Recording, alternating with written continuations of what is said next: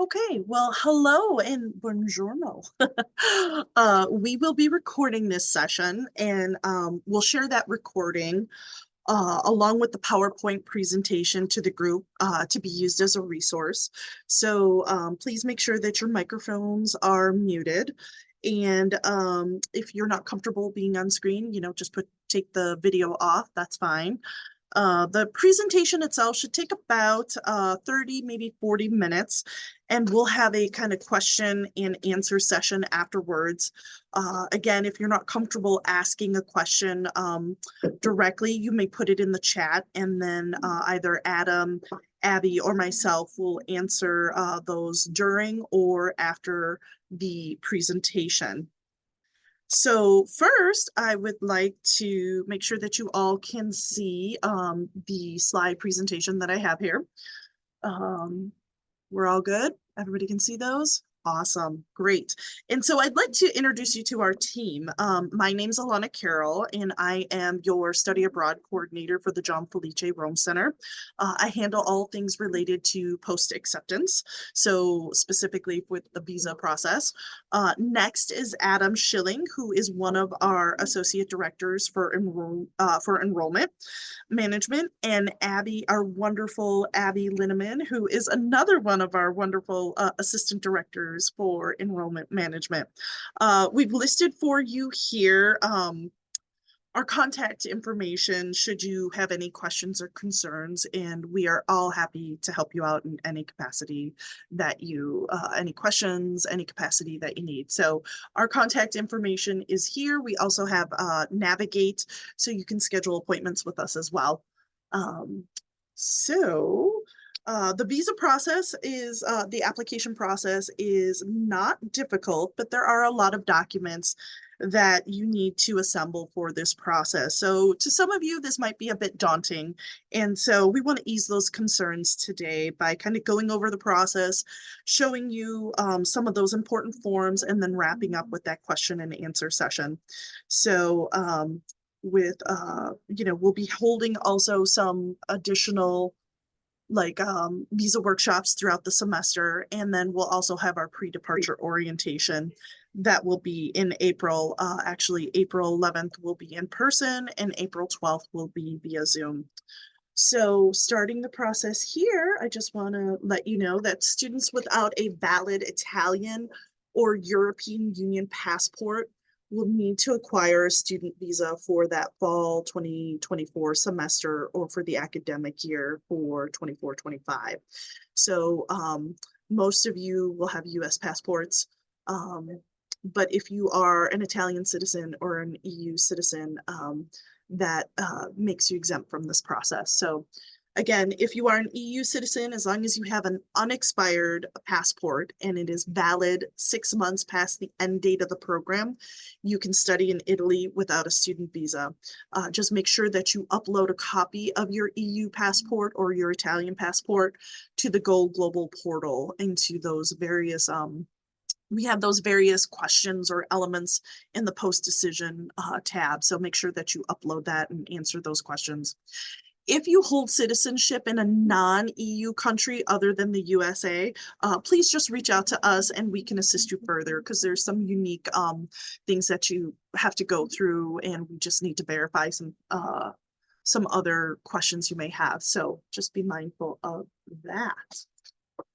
The types of in-person appointments that you can obtain. So the Consulate General of Italy in Chicago, all students here at Loyola and even our visiting students are eligible for a visa appointment here. You can also utilize, we have what's called a Consulate General of Italy for the region you go to school. So this is specifically for any visiting students or for the region that you live in.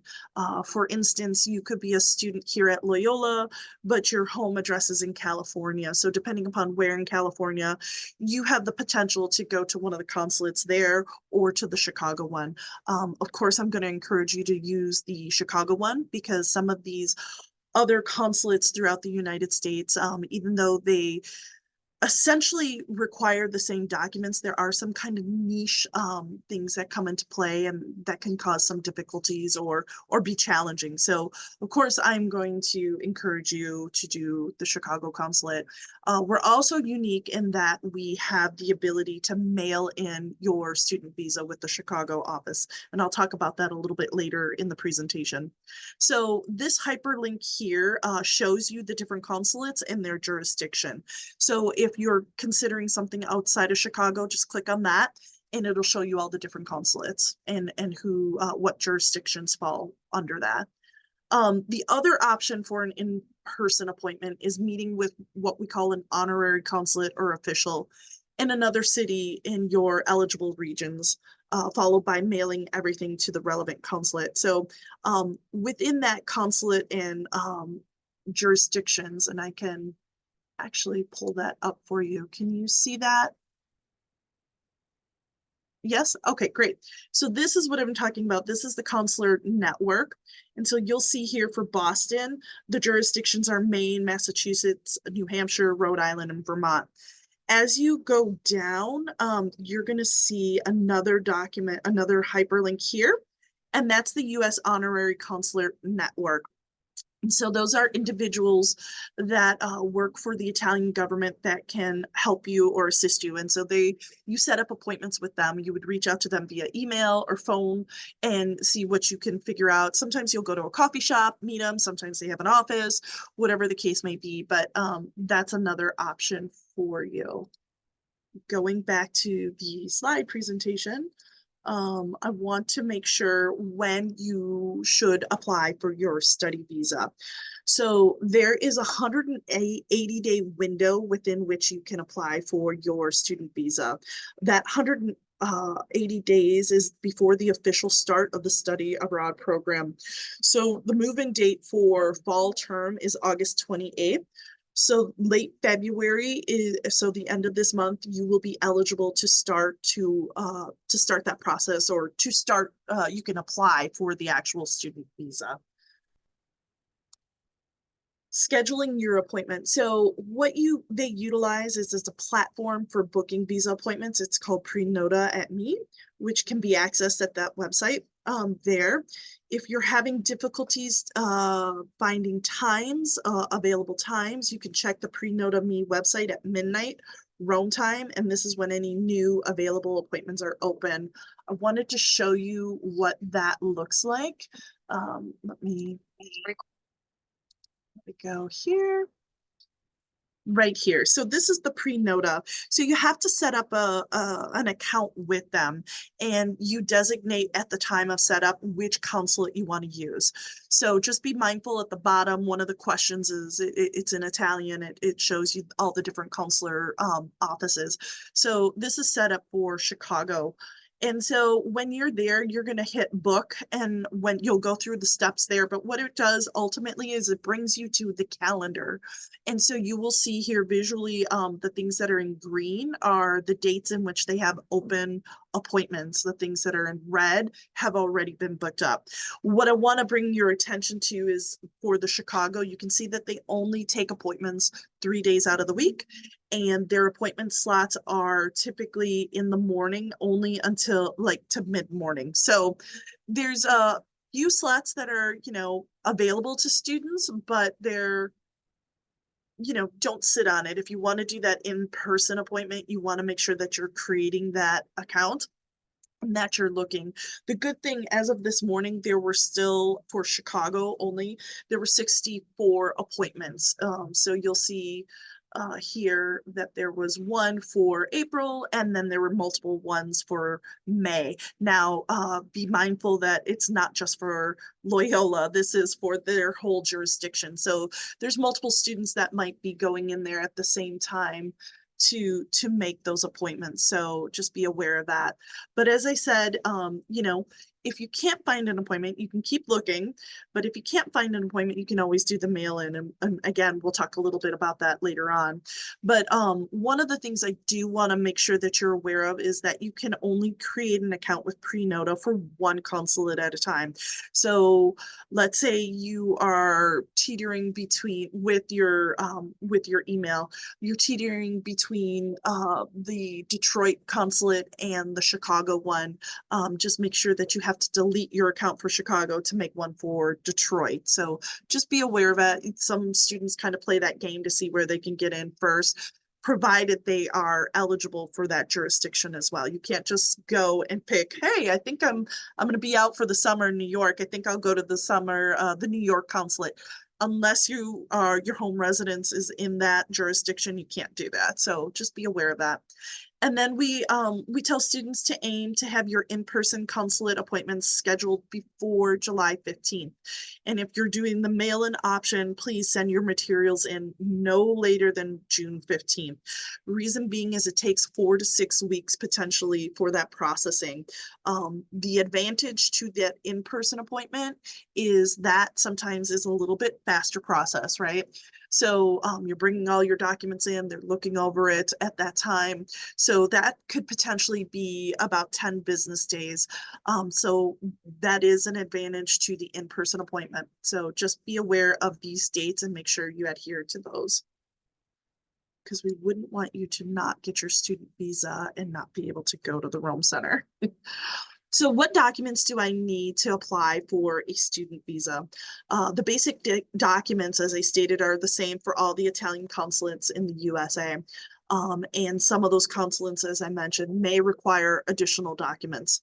I always tell students, always check the website for the Italian consulate through which you are applying for a complete list. They are the source of truth.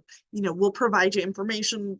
We'll have this slide presentation for you, but we always want you going onto those consulate pages to see what those requirements are.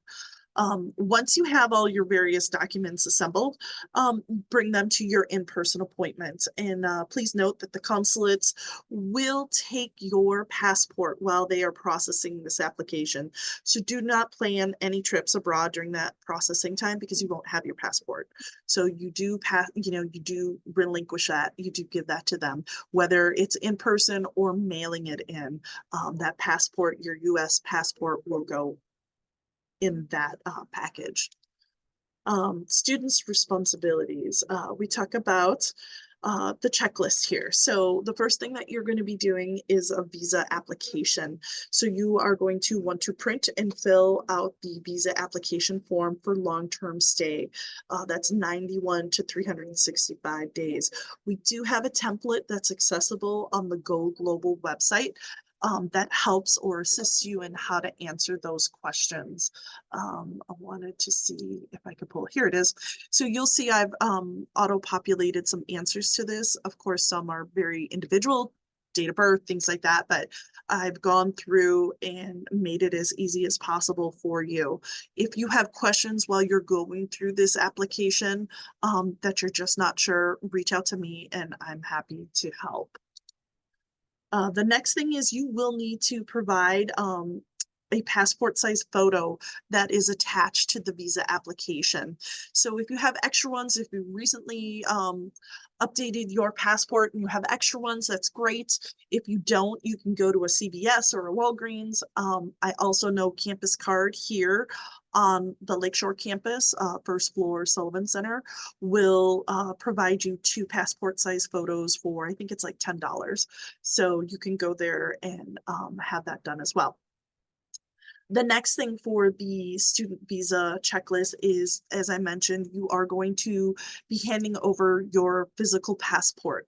But in addition to that, you do need to make 1 copy of that. So make sure you make a copy of the photo and the signature page.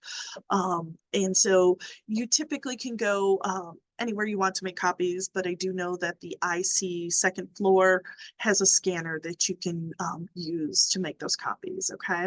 And then for non-US citizens, you're gonna need to do the original plus 1 copy of a permanent residence card. And there's more details, and I hyperlink it to the Chicago consulate page for that. The next item that you'll need is a copy of your driver's license, state ID, or school ID. This determines eligibility to apply for a visa at a particular consulate. So do not give your originals, just make a copy. Again, you can go to the IC or wherever to make a copy of that. The next item is going to be the study abroad insurance letter and acceptance letter.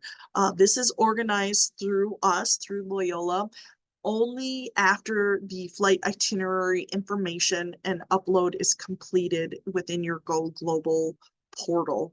So I cannot process that acceptance letter until you answer that specific questionnaire and you do the upload. So once that's complete, then I can issue those letters, and those letters will be in both Italian and English. So you'll get a set of 2 letters for the acceptance letter and 2 for the study abroad insurance letter. Those are needed for this process. Be mindful that the deadline to upload your flight itinerary is April 1st. And so we'll start processing that mass amount of letters shortly thereafter. However, if you do have a visa appointment that's prior to April 1st, just reach out to me. Give me a couple days to process, but provided you've answered that question, I can generate those letters for you ahead of time. So again, just reach out to me and we'll work through that, and I'll get those letters to you for pickup.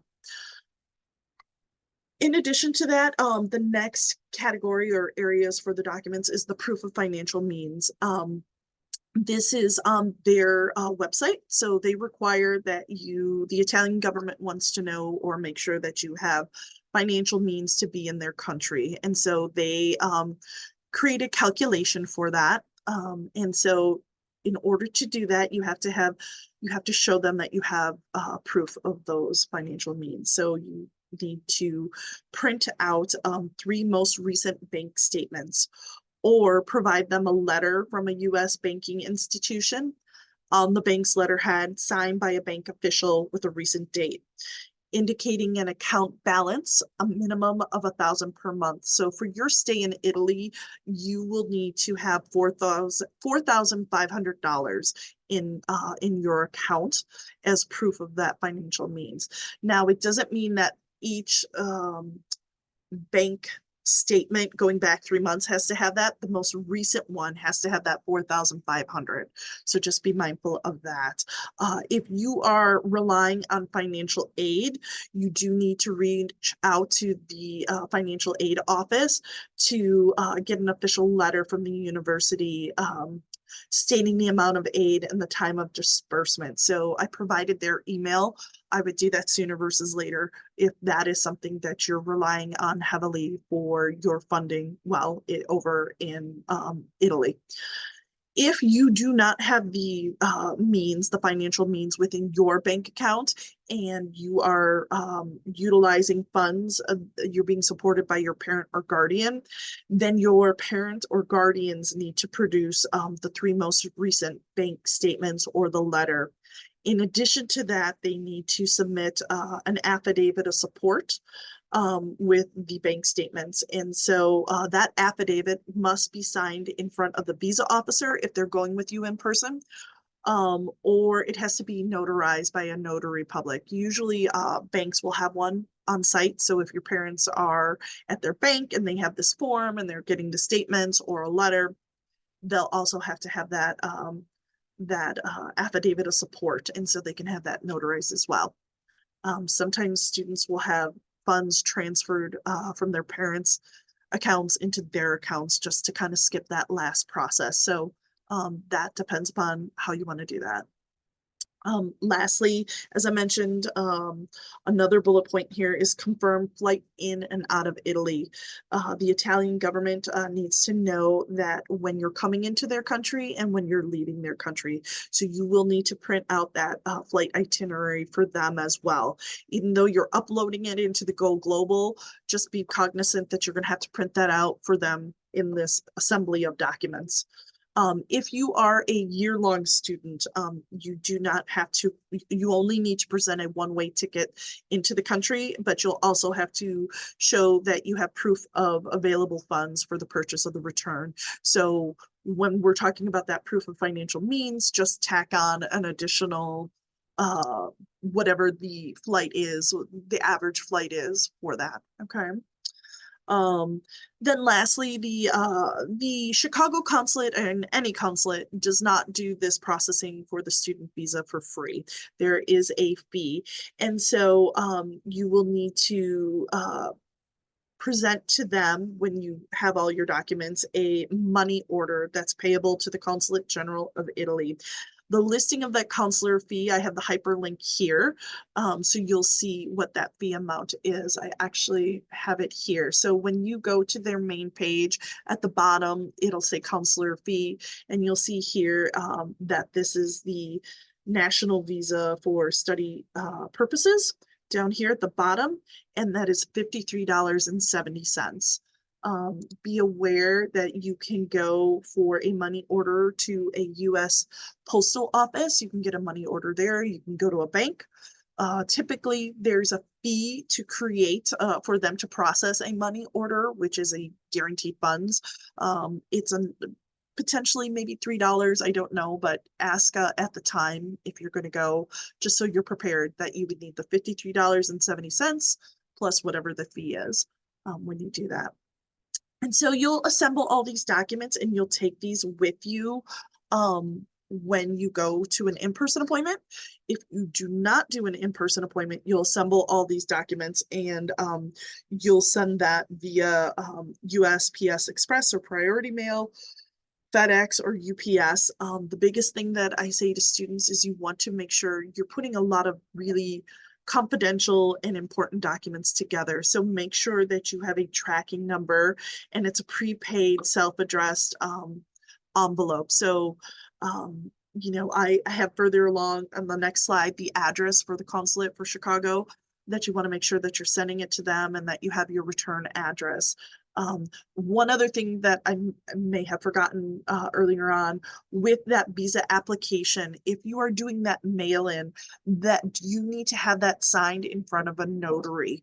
You cannot sign and date it and send it in. You have to have a notary witness your signature.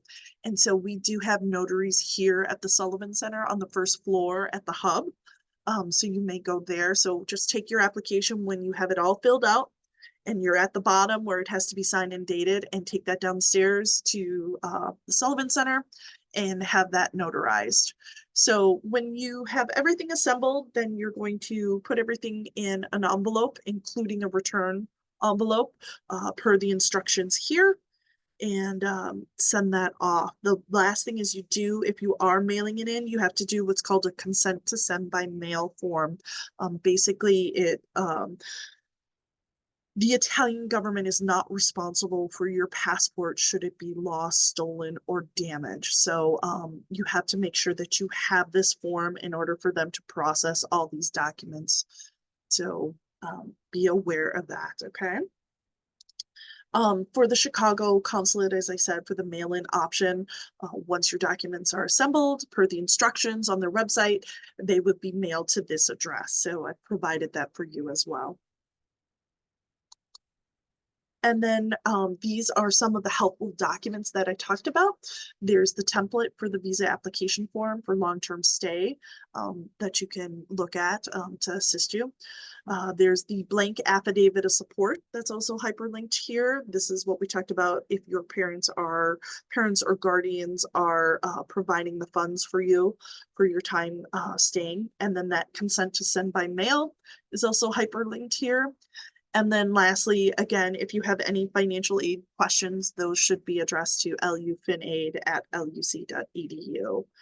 And then the visa application and the document review. I am happy to review those documents for you. I know this is a lot that's kind of thrown at you in this visa workshop. We're just wanting you to start that process, to be aware of what's needed, to start looking at this resource to help you and guide you through that, but I'm also here to do that as well. So, please set up an appointment with me via Navigate, or if it's a quick question, you can always shoot me an email and I'm happy to respond. You can stop in the office. It's not a guarantee that I'm available, but if I am, I'm very open. I'm very open to jumping over and answering a quick question. But I do prefer Navigate, but I'm always available for you, unless I'm in another meeting. So I'm also, just so you all know, I'm located at the Sullivan Center. I'm in Suite 206.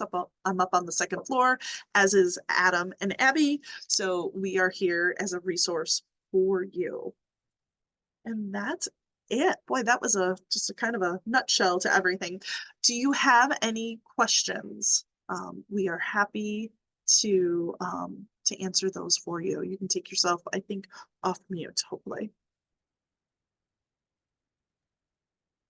Be able to access this Zoom meeting or the presentation, and if so, where will they be? Yeah, absolutely. So my goal is to have this out to you, the Zoom recording and the slide presentations, hopefully out by tomorrow, if not by Monday, early next week. So yes, I will send that out in an email with the code so that you can review this recording along with the slides. Thank you. Sure.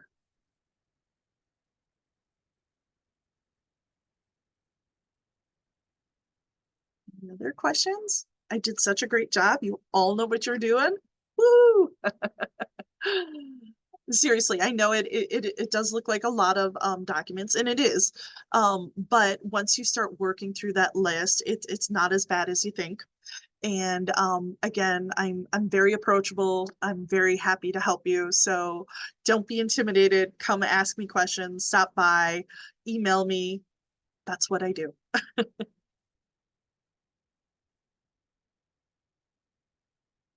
We'll have some more visa sessions, workshops, I should say, throughout the semester. So if you didn't catch everything on this one and you're still confused and you want to attend another one, you most certainly can.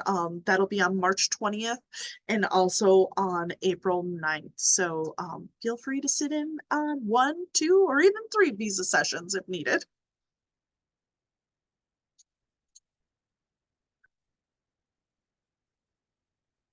Adam, Abby, is there anything you want to add to the presentation? I was just gonna say, I think we're all good. I think everybody's set. All right. Well, it was nice virtually meeting everybody, and I look forward to interacting with you on the visa process. Thank you. Bye, y'all. Bye. Bye. Thank you. Thank you. You're welcome. Awesome. Thank you. Great job, Alana. Thank you.